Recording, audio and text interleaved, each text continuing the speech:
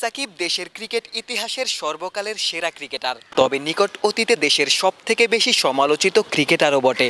না, মাঠের পারফরমেন্সে সমালোচনায় লিটন শান্ত সবাইকেই ছাপিয়ে গিয়েছেন। সাকিব সমালোচিত মাঠের বাইরের আলোচনায়। গেল ওয়ানডে বিশ্বকাপের আগে গণমাধ্যমে সাকিবের ইন্টারভিউ নিয়ে তুমুল সমালোচনা হয়েছে। 19 বিশ্বকাপেও ক্যাপ্টেনের পারফরমেন্স নিয়ে সাকিবের মতবিরোধের গুঞ্জনও ছিল। সম্প্রতি জিম্বাবুয়ে এবং যুক্তরাষ্ট্রের সাথে সিরিজ বিশ্বকাপের আদর্শ প্রস্তুতি নয় বলেই মন্তব্য করেছিলেন সাকিব আল হাসান। বিশ্বকাপ কিংবা বড় কোনো আসরের আগে বড় বড় কথা হয়, এমন মন্তব্যে বিসিবি পরিচালক আকরাম খান কি সাকিবকেই ইঙ্গিত করলেন?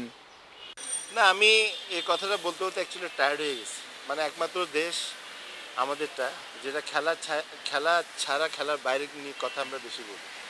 যে মনে করেন যে আমরা যার সাথেই খেলি, আমরা জিম্বাবুয়ের সাথেও কিন্তু খেলি বা ইউএসের সাথে খেলি বা অস্ট্রেলিয়ার সাথে খেলি, এটা কিন্তু একটা খুব ভালো অপরচুনিটি বা প্লেয়ারদের জন্য যে এখানে শিকার, এখানে পারফর্ম করা।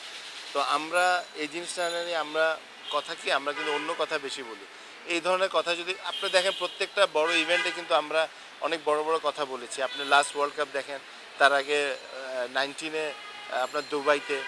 সো প্লেয়াররা বা অফিসিয়াল বলেন বা অন্যরা বলেন, এত বেশি বাইরের কথা নিয়ে ইনভলভ হয়, সেটা নিয়ে আপনার পুরা এফেক্টটা কিন্তু খেলার পারফরমেন্স হয়। তো আমার মনে হয় এগুলো অ্যাবসুলেটলি মানে একদম খুবই যত তাড়াতাড়ি সম্ভব এগুলো বন্ধ করে জাস্ট খেলার মনোযোগ দেওয়া উচিত। কার সাথে খেলছি, কী করছি, সেটা কিন্তু যারা দায়িত্বে আছেন তারাই বিবেচনা করবেন। এটা কিন্তু প্লেয়াররা বা কোচরা বা এদেরকে কিন্তু এগুলো নিয়ে চিন্তা করা উচিত না।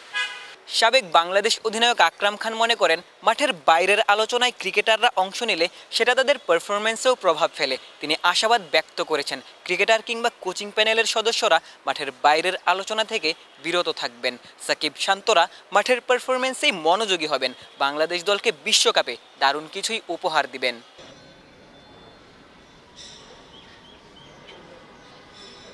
শেরেবাংলা জাতীয় ক্রিকেট স্টেডিয়াম থেকে ক্যামেরায় আমিনুল ইসলাম সুজনের সঙ্গে গোলাম সারোয়ার, ক্রিকেট 97।